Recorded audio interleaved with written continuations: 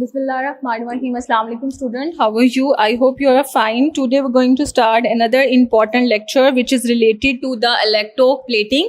But यहाँ पर हम electroplating नहीं कर रहे, हम electrolytic refinery कर रहे हैं कॉपर की, and that is another important topic which is related to the electrochemistry and exam point से भी बहुत important है और बहुत आसान सा भी, और ये इस चैप्टर का लास्ट टॉपिक भी है.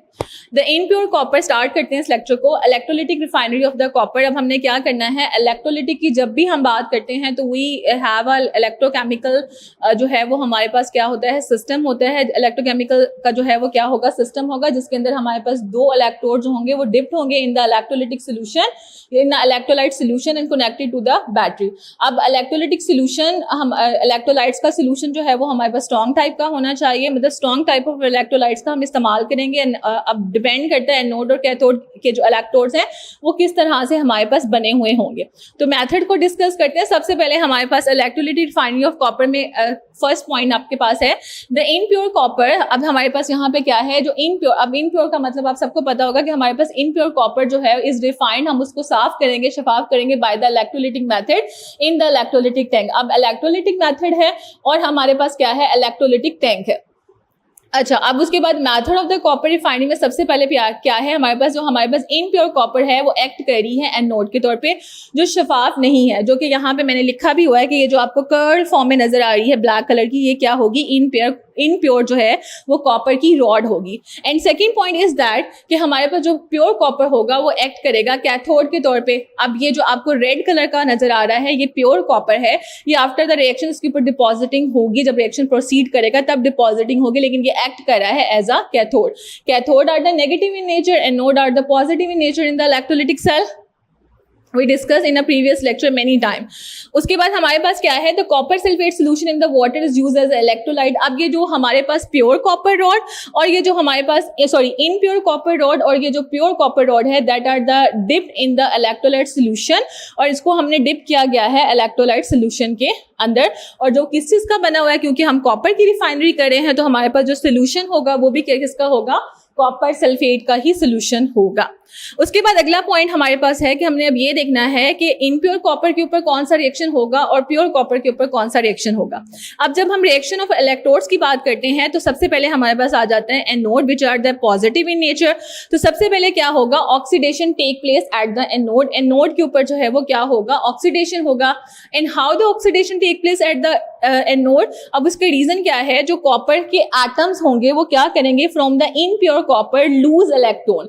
अब इनप्योर कॉपर के ऊपर जो मेटल्स होंगे कॉपर के, वो लूज कर देंगे इलेक्ट्रॉन्स को. और हम प्रीवियस लेक्चर में डिस्कस कर चुके हैं कि जब भी हमारे पास addition of oxygen, removal of hydrogen and loss of electron होगा, this condition will be called the, हमारे पास क्या कहलाएगी, ऑक्सीडेशन कहलाएगी. सो तो लॉस ऑफ इलेक्ट्रॉन होगा टू द एनोड के ऊपर and dissolve in the solution, और जो कॉपर के आयन जो हैं वो डिसॉल्व होना शुरू हो जाएंगे किसके अंदर, सोल्यूशन के अंदर, एज अ कॉपर आयन की फॉर्म में. We have a impure copper metal with a proper number of atoms, proper number of electron.